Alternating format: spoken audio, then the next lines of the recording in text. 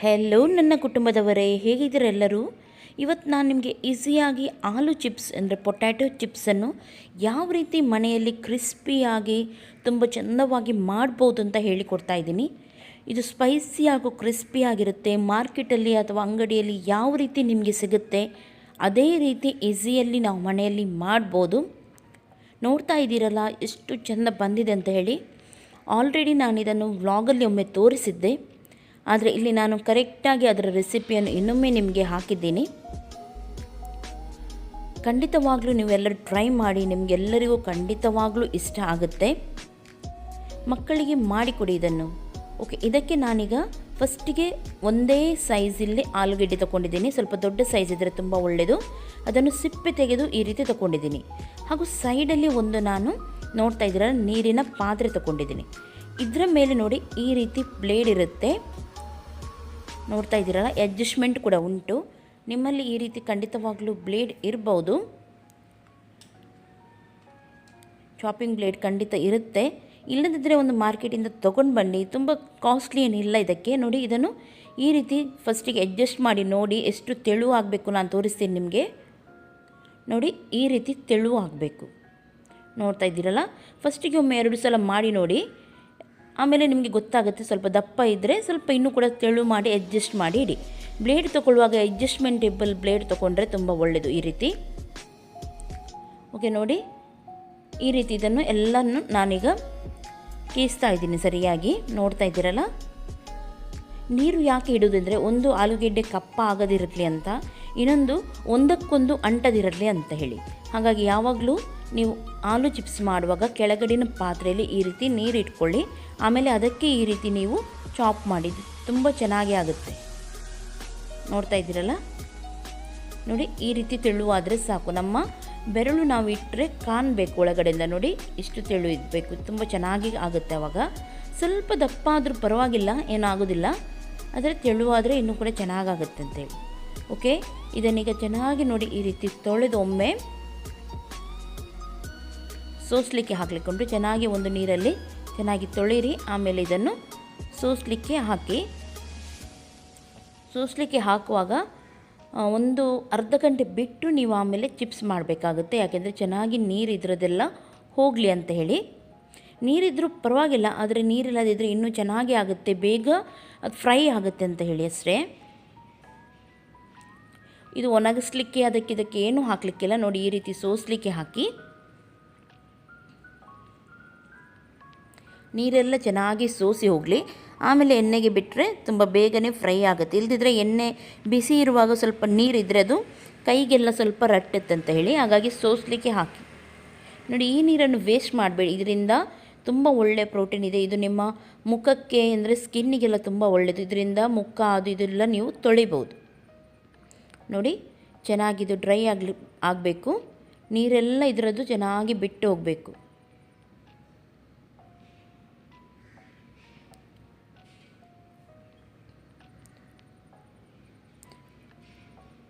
Okay, ನೋಡಿ ಇವಾಗ ಸ್ವಲ್ಪ ಹೊತ್ತು ಆಗಿದೆ, ಇದು ಚೆನ್ನಾಗಿ ಡ್ರೈ ಆಗಿದೆ, ನೀರೆಲ್ಲ ಇದರದ್ದು ಬಿಟ್ಟು ಹೋಗಿದೆ. ನಾನು ಇನ್ನೊಂದು ಸೈಡಲ್ಲಿ ಎಣ್ಣೆ ಕೂಡ ಬಿಸಿ ಮಾಡಲಿಕ್ಕೆ ಇಟ್ಟಿದ್ದೀನಿ ಚಿಪ್ಸಿಗೆ. ಯಾವುದೇ ಕುಕ್ಕಿಂಗ್ ಆಯಿಲಲ್ಲಿ ನೀವು ಮಾಡ್ಬೋದು. ಎಣ್ಣೆ ಚೆನ್ನಾಗಿ ಬಿಸಿ ಆದಮೇಲೆ ಇದನ್ನು ನೋಡಿ ಈ ರೀತಿ ತಗೊಂಡು ನೋಡಿ ಈ ರೀತಿ ಬಿಡಿಸ್ತಾ ಹಾಕಿದರೆ ಆಯಿತು. ಗೊತ್ತಾಯ್ತಲ್ಲ, ಇದೇ ರೀತಿ ಹಾಕೋದು. ಸ್ವಲ್ಪ ಜಾಗ್ರತೆಯಲ್ಲಿ ಹಾಕಿ. ಒಮ್ಮೆಲೆ ನೀರಿದೆ ಆದರೆ ಸ್ವಲ್ಪ ಕೈಗೆ ರಟ್ಟುತ್ತೆ, ಹಾಗಾಗಿ ಹಾಕಿದ ತಕ್ಷಣ ಚಮಚವನ್ನು ಹಾಕಬೇಡಿ, ಸ್ವಲ್ಪ ಹೊತ್ತು ಅದನ್ನು ಹಾಗೆ ಬಿಡಿ.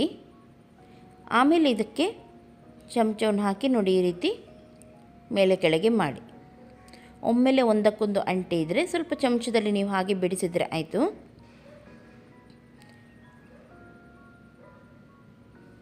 ಬೇಗನೆ ಫ್ರೈ ಆಗುತ್ತೆ, ತುಂಬ ಹೊತ್ತೇನು ತಗೊಳ್ಳೋದಿಲ್ಲ.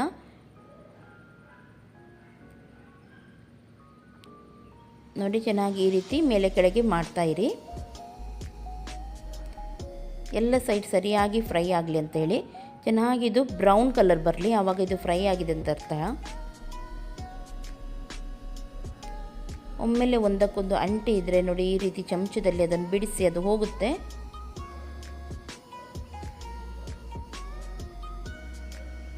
ನೋಡಿ ಕಲರ್ ಬಂದಿದೆ, ಇವಾಗ ಕೆಂಪಾಗಿದೆ. ಇವಾಗ ನೀವು ತೆಗೆದ್ರೆ ಆಯಿತು. ತೆಗೆಯುವಾಗ ನೋಡಿ ಯಾವಾಗಲೂ ಸೌಂಡ್ ಬರುತ್ತೆ, ನಾನು ತೋರಿಸ್ತೀನಿ ಇವಾಗ ನಿಮಗೆ. ಆವಾಗ ಇದು ಫ್ರೈ ಆಗಿದೆ ಅಂತ ಅರ್ಥ.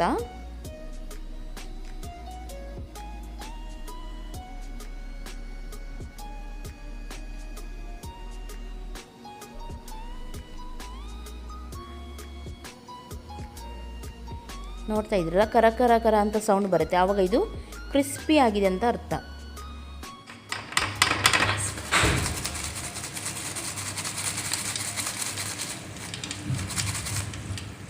ನೋಡಿದ್ರಲ್ಲ, ಈ ರೀತಿ ಸೌಂಡ್ ಬಂದರೆ ಇದು ಕ್ರಿಸ್ಪಿ ಆಗಿದೆ ಅಂತ ಅರ್ಥ.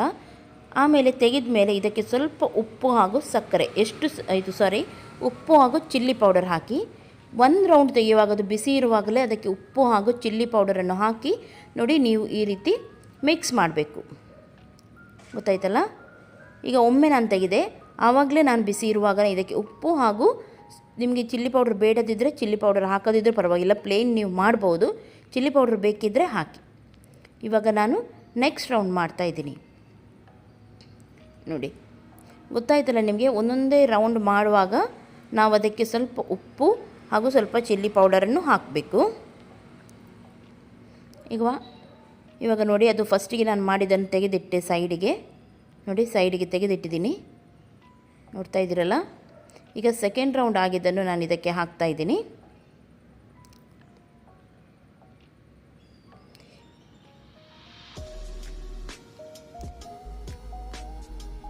ಸೆಕೆಂಡ್ ರೌಂಡ್ ಆಗಿದೆ. ಇವಾಗ ನೋಡಿ ಇದಕ್ಕೆ ಉಪ್ಪು, ಸ್ವಲ್ಪ ಉಪ್ಪು ಹಾಕಿ, ತುಂಬ ಹಾಕ್ಲಿಕ್ಕೆ ಹೋಗಬೇಡಿ. ಸ್ವಲ್ಪ ಉಪ್ಪು ಹಾಗೂ ಚಿಲ್ಲಿ ಪೌಡರನ್ನು ಹಾಕಿ. ಬಿಸಿ ಇರುವಾಗಲೇ ಹಾಕಿದರೆ ಉಪ್ಪು ಎಲ್ಲ ಸರಿಯಾಗಿ ಕರಗಿ ಎಲ್ಲದಕ್ಕೂ ಸರಿಯಾಗುತ್ತೆ. ನೋಡಿ ಈ ರೀತಿ ಮಾಡಿದರೆ ಆಯಿತು. ಕೈಯಲ್ಲಿ ಸ್ವಲ್ಪ ನೋಡಿ ಮೆಲ್ಲನೆ ಮೇಲೆ ಕೆಳಗೆ ಮಾಡಿ, ಯಾಕೆಂದರೆ ತುಂಬ ಕ್ರಿಸ್ಪಿ ಆಗಿರುತ್ತೆ, ಇದು ಪುಡಿ ಆಗಬಾರ್ದು ಅಂತೇಳಿ ಮೆಲ್ಲನೆ ಮಾಡ್ಬೋದು. ಇಲ್ಲದಿದ್ದರೆ ಹೀಗೇ ನೀವು ತಿರುಗಿಸ್ತಾ ಇರ್ಬೋದು. ಓಕೆ ನೋಡಿ, ಇದೇ ರೀತಿ ಮಾಡಿ ಸೈಡಲ್ಲಿ ಇಡಬೇಕು. ಎಲ್ಲವನ್ನು ನೀವು ಎಷ್ಟು ನೀವು ತೊಗೊಂಡಿದ್ದೀರಿ ನೋಡಿ, ಎಲ್ಲವನ್ನು ಅದೇ ರೀತಿ ಮಾಡಿದರೆ ಆಯಿತು. ತುಂಬ ಚೆನ್ನಾಗಿ ಬಂದಿದೆ, ಕಲರ್ ಕೂಡ ಕರೆಕ್ಟಾಗಿ ಬಂದಿದೆ, ನೋಡ್ತಾ ಇರ್ಬೋದು ನೀವು.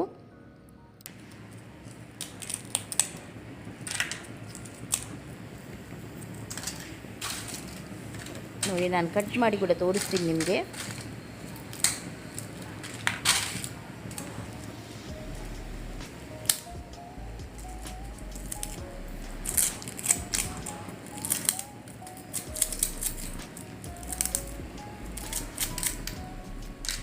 ನೋಡಿದ್ರಲ್ಲ ಎಷ್ಟು ಕ್ರಿಸ್ಪಿಯಾಗಿ ಎಷ್ಟು ಚೆನ್ನಾಗಿ ಬಂದಿತ್ತಂತೇಳಿ.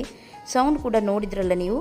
ಎಣ್ಣೆ ಇನ್ನೊಮ್ಮೆ ತೆಗೆಯುವಾಗ ಸ್ವಲ್ಪ ತಣ್ಣಗಾಗುತ್ತೆ, ಸ್ವಲ್ಪ ಬಿಸಿ ಆಗಲಿಕ್ಕೆ 1-2 ನಿಮಿಷ ಬಿಟ್ಟು ಆಮೇಲೆ ಇನ್ನೊಮ್ಮೆ ಬಿಡಬೇಕು ನೀವು. ಗೊತ್ತಾಯ್ತಲ್ಲ? ಒಮ್ಮೆ ತೆಗೆದ ಮೇಲೆ ಎಣ್ಣೆ ಸ್ವಲ್ಪ ತಣ್ಣಗಾಗುತ್ತೆ, ಆವಾಗಲೇ ಹಾಕಿಬಿಡಿ ತೆಗೆದ ತಕ್ಷಣ. ಉಪ್ಪು ಅದೆಲ್ಲ ಹಾಕುವಾಗ ಸ್ವಲ್ಪ ಅದು ಬಿಸಿ ಆಗುತ್ತೆ, ಆಮೇಲೆ ಬಿಟ್ಟರೆ ಆಯಿತು. ಇದೇ ರೀತಿ ಎಲ್ಲವನ್ನು ನಾನು ಮಾಡಿ ತೆಗಿತೀನಿ. ನಿಮಗೀಗ ಸರಿಯಾಗಿ ಅರ್ಥ ಆಗಿರ್ಬೋದು ಯಾವ ರೀತಿ ಮಾಡೋದಂತ ಹೇಳಿ. ಕರೆಕ್ಟಾಗಿ ತೆಗೆಯುವಾಗ ನಿಮಗೆ ಸೌಂಡ್ ಬರಬೇಕು, ಅಂದರೆ ಸ್ವಲ್ಪ ಕಲರ್ ಚೇಂಜ್ ಆಗಿ ಎಲ್ಲ ಕ್ರಿಸ್ಪಿಯಾಗಿ ಸೌಂಡ್ ಬರುತ್ತೆ ನೋಡಿ. ಆ ರೀತಿ ಸೌಂಡ್ ಬಂದಮೇಲೆ ನೀವು ತೆಗಿಬೇಕು. ನೋಡಿ ಒಮ್ಮೆಲೆ ನೀವು ಫಸ್ಟಿಗೆ ನೀವು ಚಮಚವನ್ನು ಹಾಕಿದರೆ ಅದು ಏನಾಗುತ್ತೆ ಅಂದರೆ ಚಮಚಕ್ಕೆ ಅಂಟುತ್ತೆ. ಹಾಗಾಗಿ ಹಾಕಿದ ತಕ್ಷಣ ಸ್ವಲ್ಪ ಹೊತ್ತು ಬಿಡಿ ಎಣ್ಣೆಯಲ್ಲಿ, ಆಮೇಲೆ ಚಮಚವನ್ನು ಹಾಕಿ ಚೆನ್ನಾಗಿ ತಿರುಗಿಸಿ.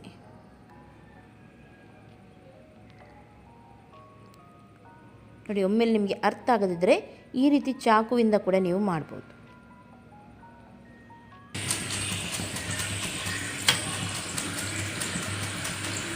ನೋಡಿದ್ರಲ್ಲ, ಈ ರೀತಿ ಸೌಂಡ್ ಬರುತ್ತೆ, ಆವಾಗ ತೆಗೆದ್ರಾಯ್ತು ನೀವು.